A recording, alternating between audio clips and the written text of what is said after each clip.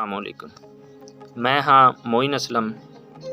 नाजरीन, साडे जिस्म की सेहतमंद नशोनुमा वास्ते फलों की बहुत ज़्यादा अहमियत है, क्योंकि इन्हां दे विच विटामिन हुंदे ने और विटामिन साडे जिस्म वास्ते बहुत ज़्यादा जरूरी हुंदे ने। नाजरीन, अज असीं गल करांगे माल्टे के हैरत अंगेज़ फ़ायदियां दी। नाजरीन, हर इंसान ये चाहता है कि वह ज़्यादा तो ज़्यादा खूबसूरत नज़र आवे, और माल्टियां दे विच विटामिन सी हुंदा है जिहड़ा कि साडी जिल्द वास्ते बहुत ज़्यादा फ़ायदेमंद होंदा है, साडी जिल्द नूं खूबसूरत ते तरोताज़ा बनांदा है।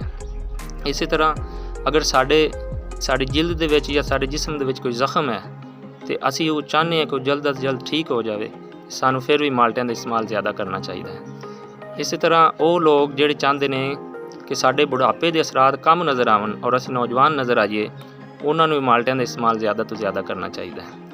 इसी तरह वो लोग जिहड़े ब्लड प्रैशर के मरीज़ ने या दिल दी बीमारियां के शिकार ने, उन्हां नूं भी माल्टियां दा इस्तेमाल ज़्यादा तो ज़्यादा करना चाहिए।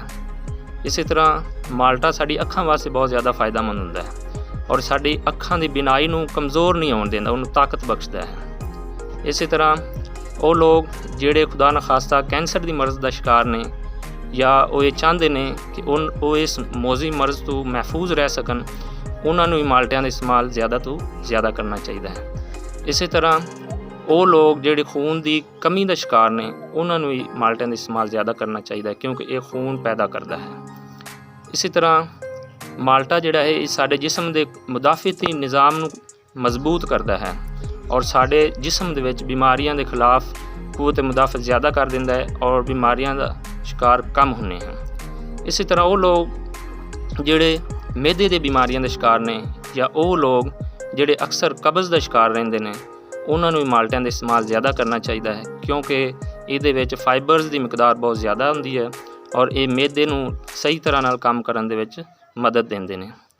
इसी तरह वो लोग जिहड़े मुख्तलिफ किस्म की गुर्दियां की बीमारियां के शिकार ने या वो लोग जिन्हां दे गुर्दियां दे विच पत्थरियां होंदियां ने, उन्होंने भी माल्टियां का इस्तेमाल ज़्यादा करना चाहिए, क्योंकि इहदे विच एसिड हुंदे ने जिहड़े कि पत्थरी नूं खारदे ने, और अगर असीं इन्हां दा ज़्यादा इस्तेमाल करांगे माल्टियां दा तो पेशाब भी ज़्यादा आएगा और आसानी दे नाल पत्थरियां जिहड़ियां ने साडे जिस्म दे चों खारज हो जाणगियां।